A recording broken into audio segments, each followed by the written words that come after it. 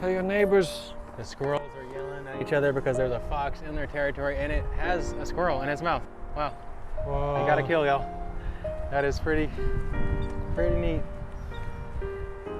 Welcome back to the channel, Disc Golf World. It is back nine snack time with your 2021 World Champion James Conrad.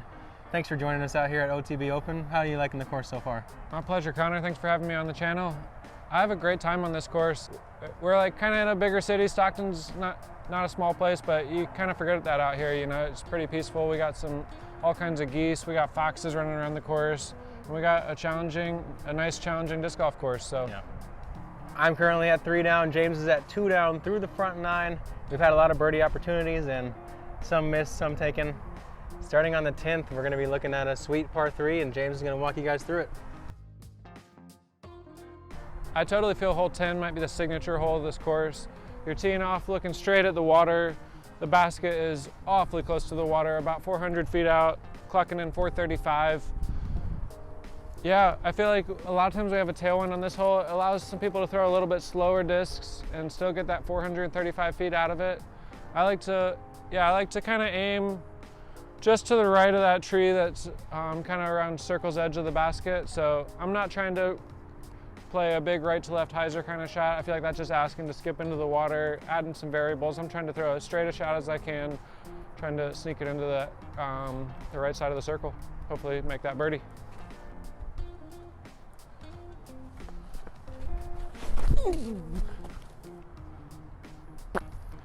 Just a little scared of it. Didn't hit it with enough hyzer. Flipped right, but super safe shot.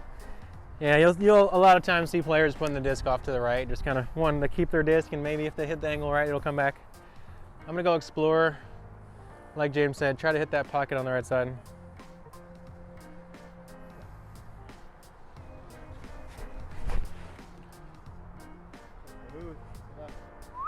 A little bit of curve left. Yeah.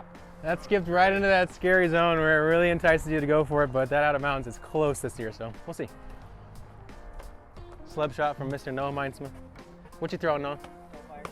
Hellfire, DJ.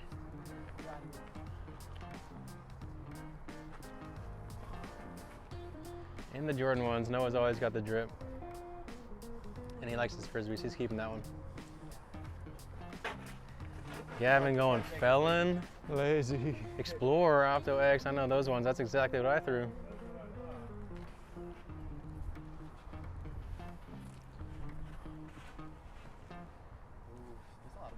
Just leaking right on us.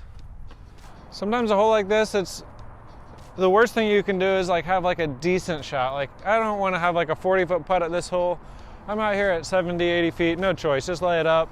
Or if I'm inside the circle, I'm gonna make that birdie. So that in between can be super scary, but I don't think anyone's gonna be too sad taking 3 on this hole. It's a challenging birdie.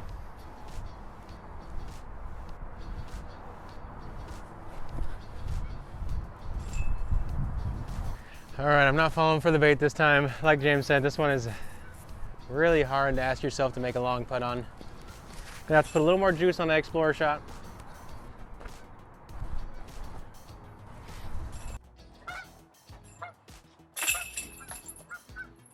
Yeah, you can see yesterday the out of bounds was over, or the water was over the out of bounds line. Whoa.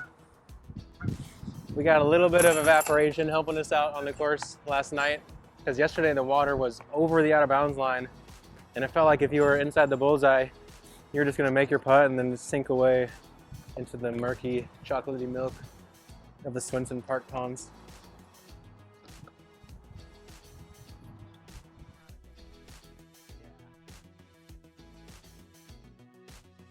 James mentioned that 10 feels like a signature hole. I think 11 is another one of those that really is stamped in your brain when you play or watch this course. At 834 feet, you have this big water carry off the tee. If you choose to go right of the big bushy tree, it's about 450 feet to find dry land. You can play it to the left and kind of just concede a par, and it makes it a lot shorter and more manageable. But I'm definitely looking to play it just right of that bush and maybe have it fade back left, because I don't really like trying to play the second shot out over the water if possible. I'm gonna go orbit rive. We have a very helping wind off the tail here. So I'm gonna send it a little bit of turn, let it fight.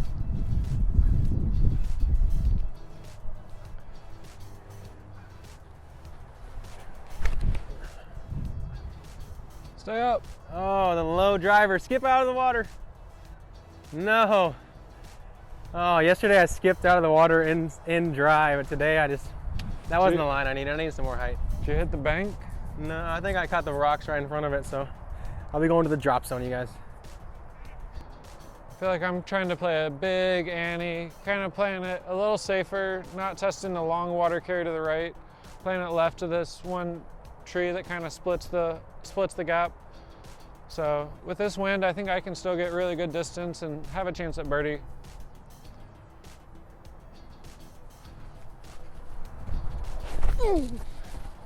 Yeah, that's looking like a really smart and safe line and something that I feel like I should probably try myself. I like that. That's even a better like window than off to the right. I'm gonna try one of those.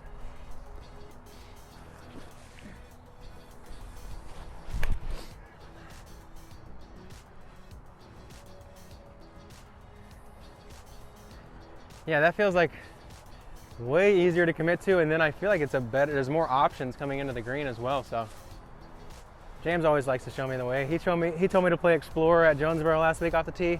I gave myself a birdie look circle one every round, so James always helping me make my game plan better. Well, it does hurt to mess this one up, put myself in position for a likely bogey.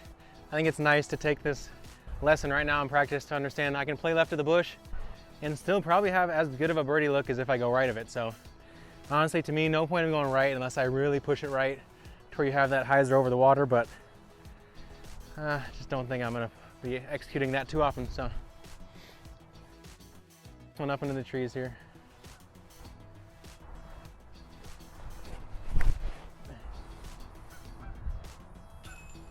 Need to fight past that guy. Watch it.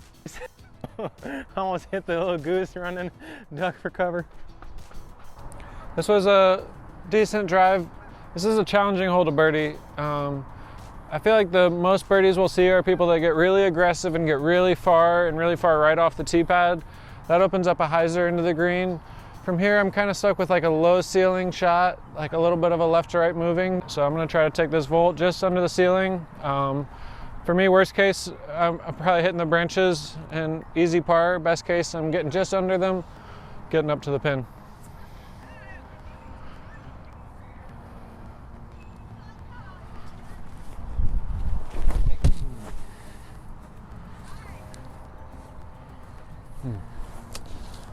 Had the height right, but caught the trunk of that tree, so should be easy par.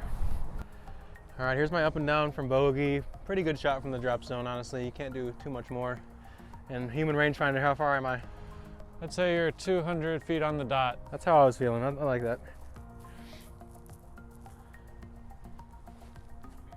If y'all didn't know, James was like Nostradamus. He knows numbers.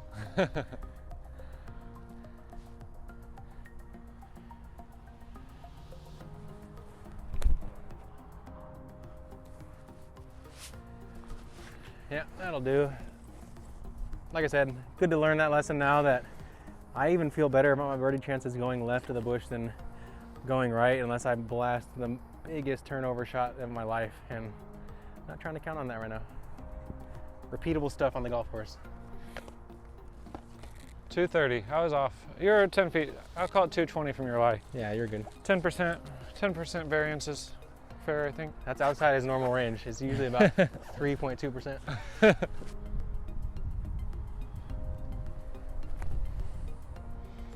Oh, I like it.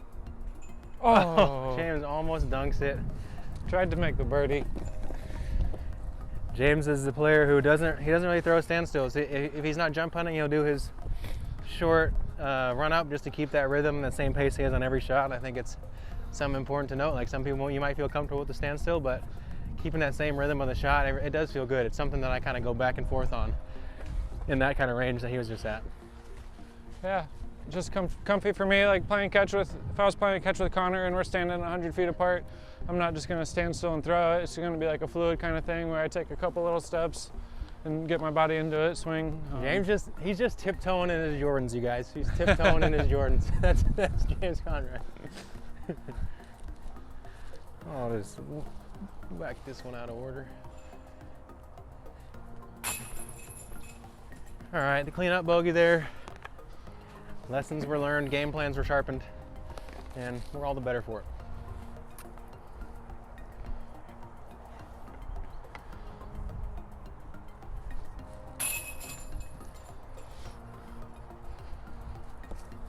Take a par, gave it a little run for the birdie, made a comeback.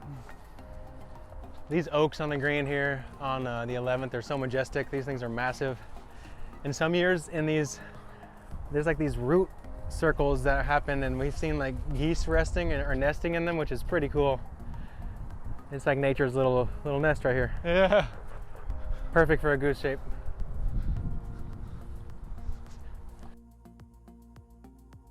Here we are on hole 12. This is an island hole. I guess it's not a full-on true island. I think the fairway is in bounds, but any OB shot is relegated to drop zone or previous lie from the tee, so definitely plays as a true island hole. It's one that it's kind of a birdie or bogey type hole. You definitely want to try to put it close. You want to get that birdie. Just pretty much want to avoid the water at all costs. There's a big palm tree just short left of the basket that's come down, so that's, I feel like, opened up the shot, especially for the forehand players. With the shape of the green, it kind of makes sense that people are wanting to spike a forehand in there, but so I think it might play just a tiny bit easier this year for those guys opting forehand. Into the wind, I'm going to throw Terra. If we had a really calm day, I think I'd just rip Envy straight at it.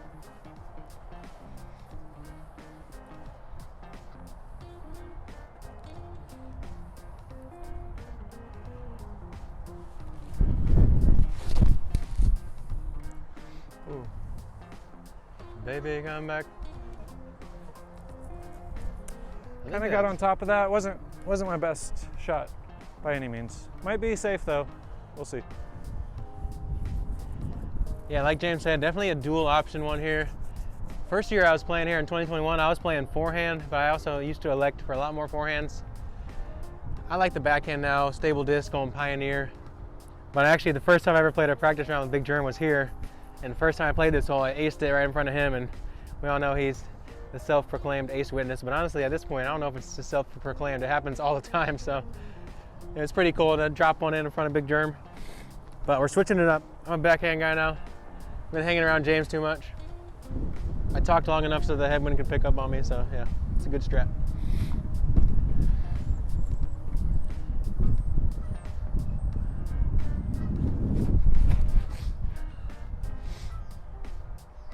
Come back, Pioneer. Be a Pioneer. Good shot. There it is. That's the distance I need for that bounce back birdie. I used every bit of this island, stayed in bounds by a hair. Not even one of my hairs, by like not even close. By one of Connor's hairs. But I'll take a birdie look. Scary putt, putting towards the water. I've kind of been digging this year. I feel like I've got a pretty good touch on like my soft bids. I've made a few scary putts where I just kind of float it up there, give it a chance, and sometimes I'll drop in.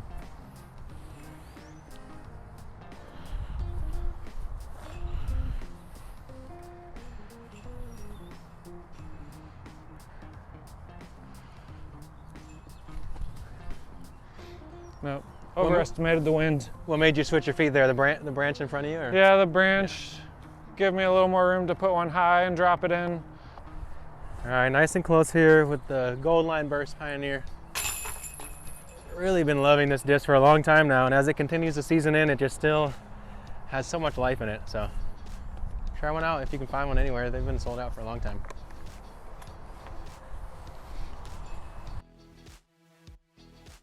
I believe hole 13 is playing almost the same as last year, but we now have a mandatory here on the right side keeping us left. And I think we lost a couple trees out there by the green, making this one pretty wide open. It's not this basket you can see right ahead in the cluster of big oaks. It's about 150 feet past that. And most players are gonna be taking probably a long fairway driver or a distance driver to try to attack this one with a skinny flex line. There is this wide open stuff to the left if you have a massive forehand or a lefty backhand, but I think that straight shot up the gut is gonna be the most common. With the right to left wind, you're gonna have to really hit a specific wing angle, and I'm gonna take my rive here. All right, I'm gonna try to throw it flat here and let this headwind kind of just drift me ever so slightly to the right.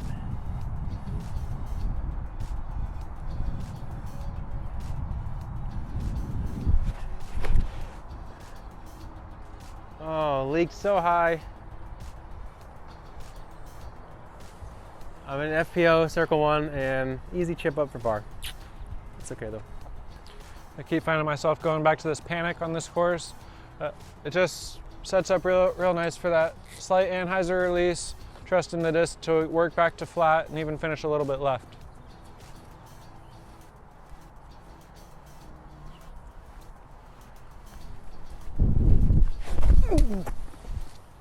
That's more like it. Ooh, I feel like I hit a little wall of wind out there. It got out of the trees and just kind of into the ground, but I liked that release. I think I'm feeling that wind now, but I like that release. A little bit of turn. Could have been a little nose down that caused it to really roll over rather than like have a chance to come back. But all right, chip up from the shade of this chonky oak. One of my favorite trees on the property, probably. Sake bomb slammer.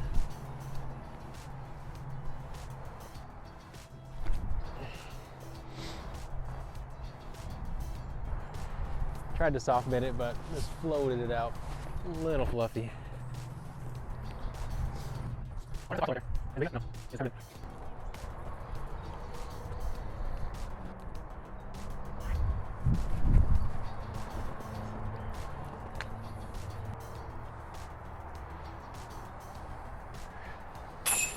Oh yeah.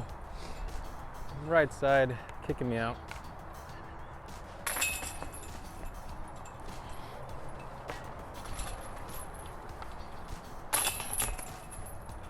Oops. Vasquez leaning a little bit. Got me. Tell your neighbors. The squirrels are yelling at each other because there's a fox in their territory and it has a squirrel in its mouth. Wow. Whoa. You got a kill, y'all. That is pretty neat. These foxes are abundant out here because there's endless ground squirrels and baby geese for the taking. And this guy knows we're watching him eat lunch and doesn't feel very good about it.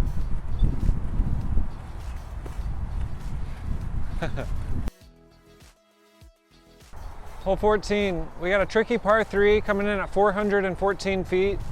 This is one of the more heavily wooded holes on the course. We got a couple big oaks starting off, and the first one is a Mando, keeping anyone from playing a really wide hyzer.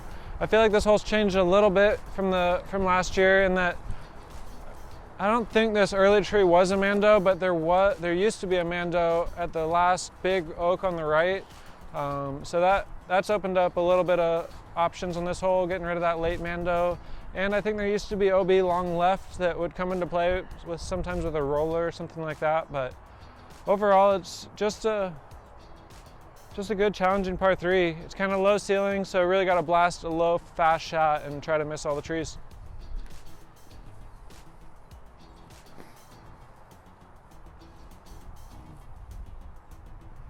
I almost like this inside out hyzer over here, but I think I'm gonna just shoot it straight, try to finish right.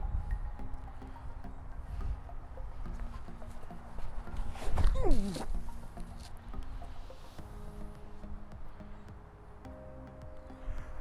little too low, got a little skip, should be maybe a circle 2 look. All right, I think this is a good opportunity for me to try to work my Tour Series river in. Don't forget to check them out now at Latitude 64 Dynamic Discs. OTB Discs are your favorite retailer. Honestly, I think it's gonna be perfect for this shot. I'm gonna try to rip it up flat and let the disc gently drift to the right.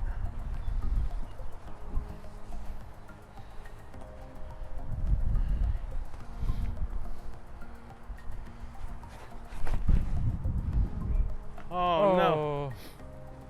Well, we're breaking it in on day 1. All right, probably got about 300 feet in after this short drive. Gonna go Pioneer forehand. Left side's pretty open over here.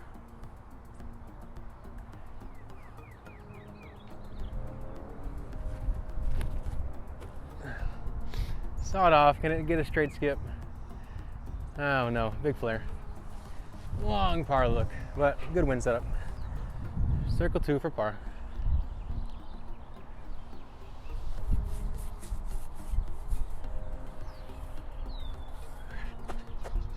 There it is. Let's go. Maybe I just need to put it outside the circle so I can jump up. Yeah. I feel like I got a little fortunate on my drive. I was expecting to be 45, 50, maybe even 60 feet, but probably hit a dirt patch back here, got a big skip, put me in the circle. Loving a birdie look on this hole.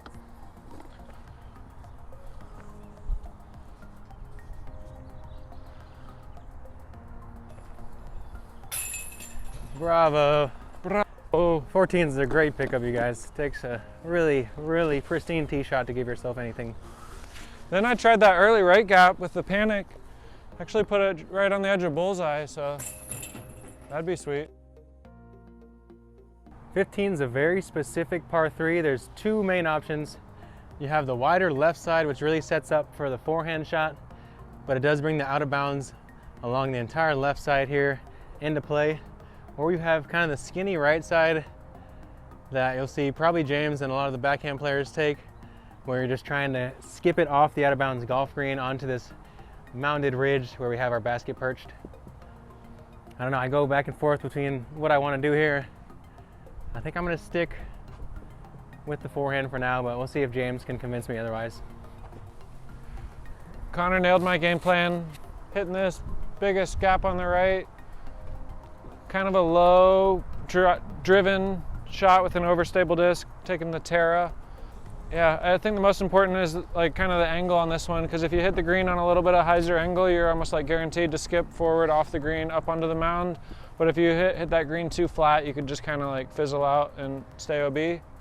This gap's kind of intimidating, but it's almost like a fun little trick shot, so I enjoy this one.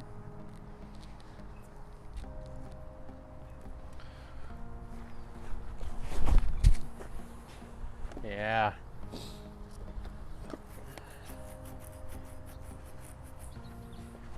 Well played. Should be all right. I think I might be kind of on the edge of the circle, but hit the gap, got off the green. That's good. Good for me. Good enough for me. Oh man, this one's one of the hardest decisions for me. Always. I'm gonna try the backhand. We're doing it. Going Pioneer.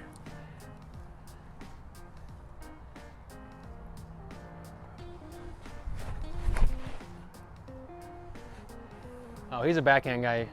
He's a backhand guy. Something better curl off the green before I eat my words. I think it got right up in there. We'll try a forehand too, just because. We got it. What's up, fellas?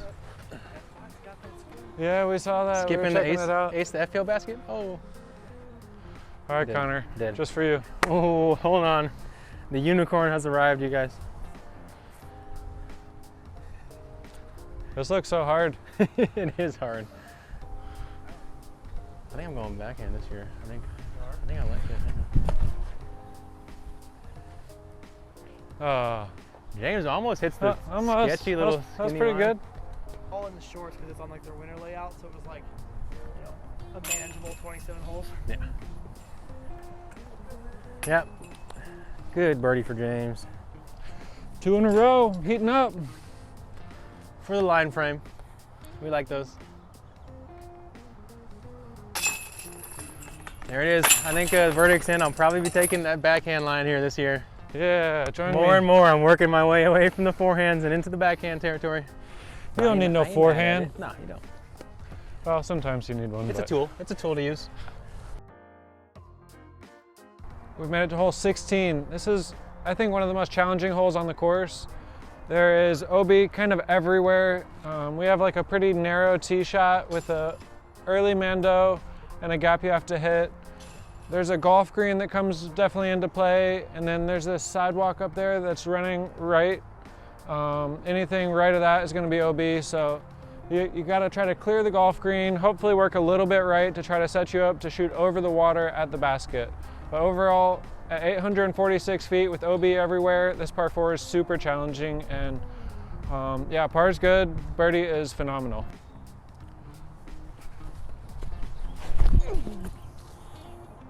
Oh, that's gonna be great.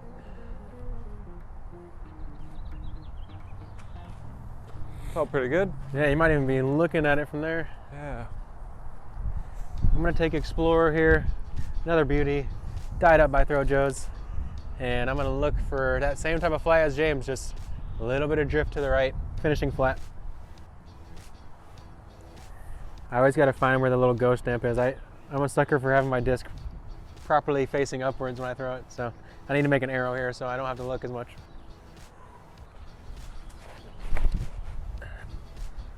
Little hold. Oh yeah. Oh, I think I love it. Hopefully it didn't fade too early back to that OB golf green. I believe I'm past it. Ideally I push this one a little further right over where James is, but I still have some opportunities here. I can almost even go over the water with the big forehand, but I'm still liking the backhand from here. I'm just gonna try to spike it in over this big oak tree. Basket's about 150 feet past this water clearing.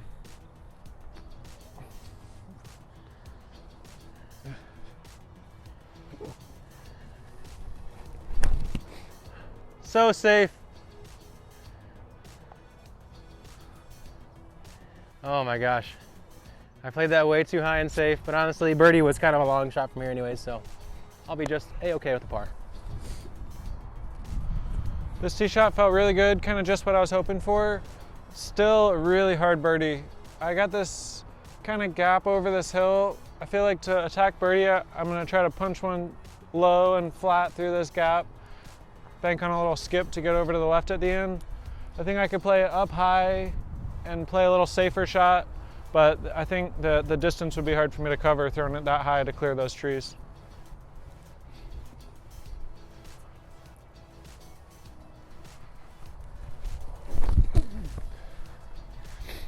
That looks great. Come on. Kind of what I drew up. We'll see how it worked out. The basket's perched at the beginning of a down slope, so I'm gonna go Delaware Faith, just try to put it close.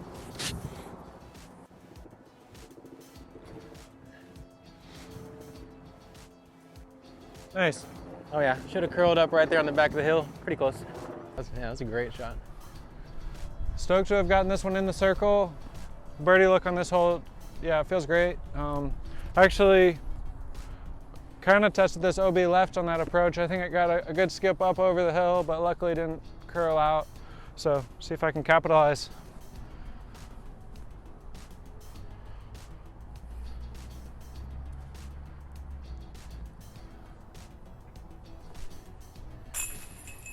Big birdie for James. That one's gonna grab strokes on most of the field. Probably gonna be one of those holes where you see like 8% birdies or something like that. Something pretty low. I gotta get this out of the field of play so I don't keep anyone's discs in bounds. It's only for retrieving them from out.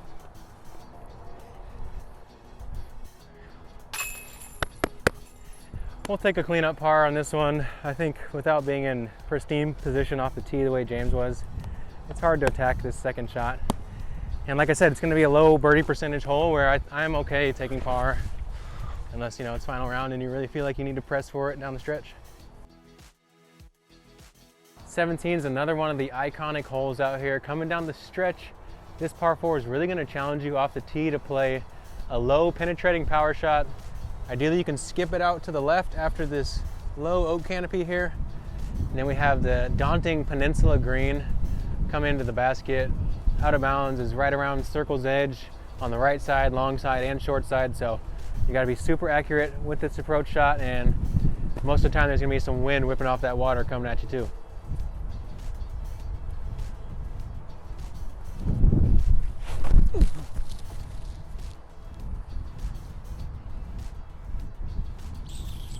A little greedy with the photon, maybe. A little greedy, yeah. He's sick of throwing the panic. He's like, I'm gonna throw something else. Yeah. Try it out. Flip one up into the wind. Fun. I'm gonna go Opto X Ballista Pro. I like something nice and overstable on this one.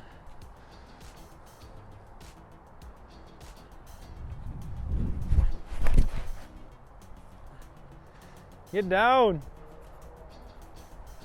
Not like that. This is another hole where, like, I feel like the worst shot is like a decent shot. Like, yeah. Obviously you want a great shot, but I'd almost rather take a bad shot over like a decent one, because with that medium quality, you're gonna be like really tempted to go for a shot you probably shouldn't coming into the green, but if you kind of mess up your drive out of position, it's super easy to just to lay up, play for that par, and not dunk a disc, take OB, take a bogey or worse. So yeah, it's that's funny probably how where that you works. see like most of the bogeys is the shots that are like almost what you want off the tee, but 70 feet short, and then you try to go for it, and all of a sudden you're only throwing 100 feet into the water, and then you got to throw another shot across the water. Yeah, it's well said for sure. It's funny how the course baits you like that sometimes. Mm-hmm. All right, not the best spot off the tee here, and like James said, I think trying to be a hero is really out of the question from here. Luckily, because I feel like if I'm just in front of this canopy, I can dream up something crazy. I'm just gonna go pioneer, try to play it towards that big oak tree. Give myself a par opportunity.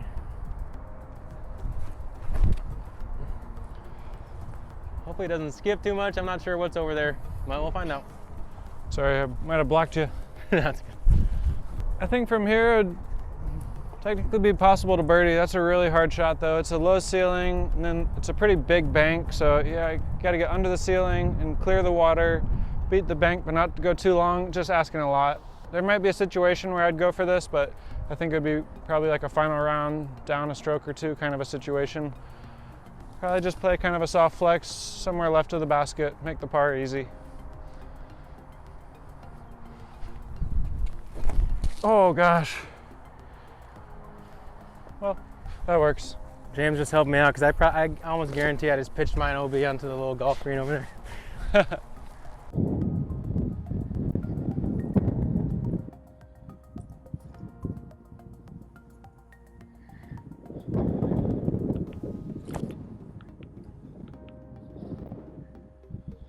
Ooh.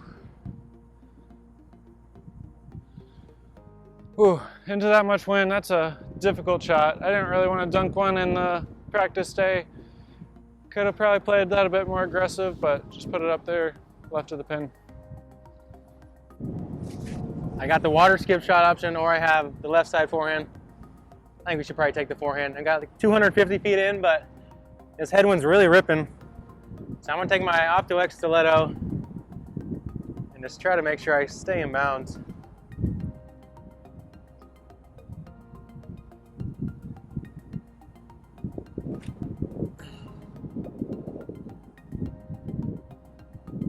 What a wow, shot. that thing is made for the wind, you guys.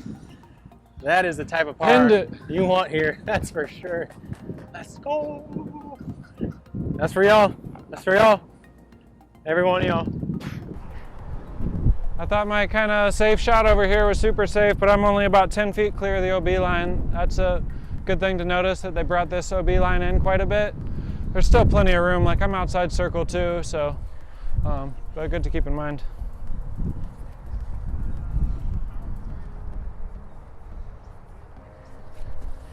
I think that was a great change though, because I feel like the out of bounds line was like another 40 feet left at least, and it almost took the teeth off of the par look. Whereas now, like, even to get par, you have to throw an accurate second. Right. And you can't just like bail off 100 feet left. Now you have to kind of keep it in check.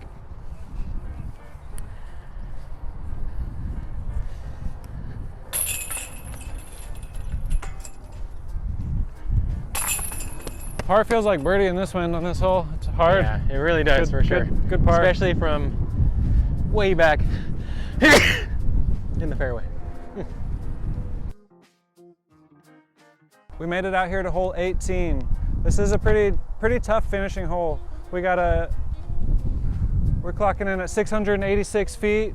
You got a really early gap that's pretty narrow, and you really want to push it. I feel just right around the 400-foot range on a nice straight line. From there, it'll dogleg to the right. We have some tight OB to deal with, and then kind of a green that kind of sets up for like a little bit of a fan surrounding the 18th hole, which is always cool to see. And yeah, just try to hit a nice straight shot and give yourself a chance.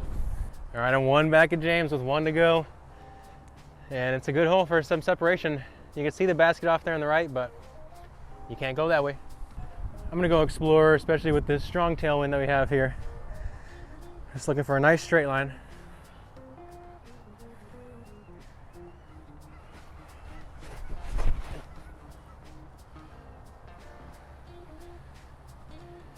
Yeah, it shouldn't skip much. That should be an attackable area. I'm not sure if I got far enough to see the pin or not, but we'll see.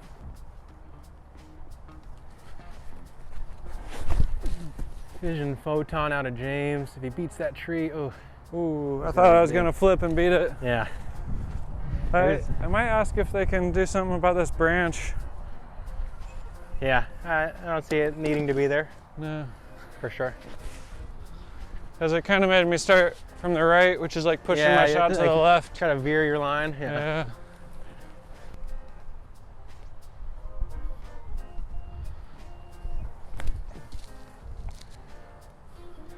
Yeah. Out of position on this tee shot. My only option is kind of lay up a little around the corner. Hopefully save par from there. All right, it's good to note that if you can get equal distance with this second to last big oak tree or past it, you're gonna have a sight line to the basket. I'm gonna take my trust here about 360 feet in. Kind of a tailwind, a little bit off the right. Try to hit it flat, get it up there.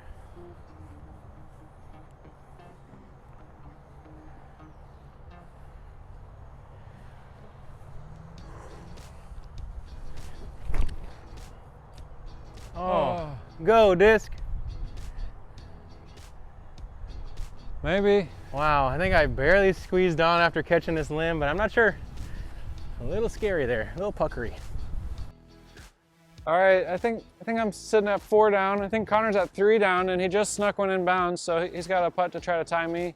I basically gotta get up and down, keep that 4 down, which is not a round I'd be too proud of, but I don't think it'd be too bad in these conditions. But also just a good practice round.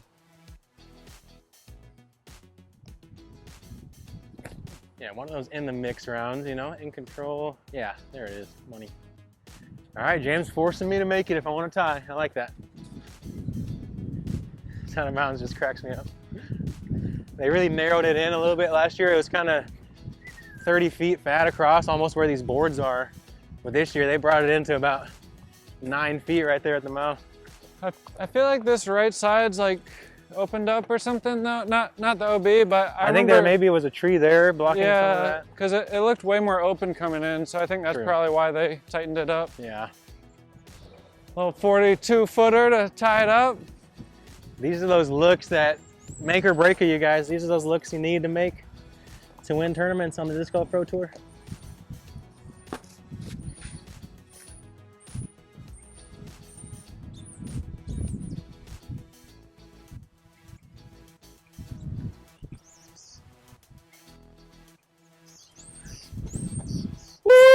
Let's go!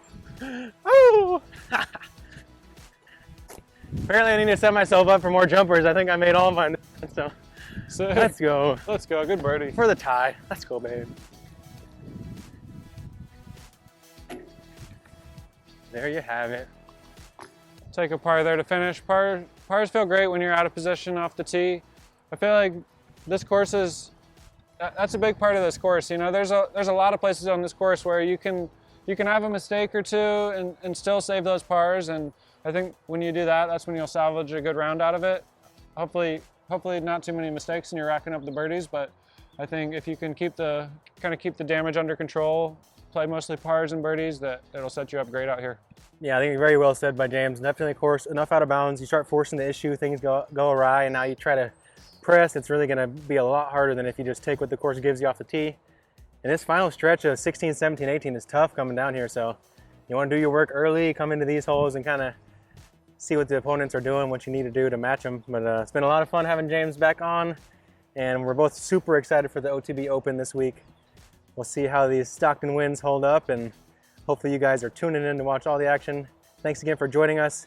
Make sure to drop a like and subscribe, and we'll see you guys somewhere else in the world next week. Probably up north. Oregon, we like that place.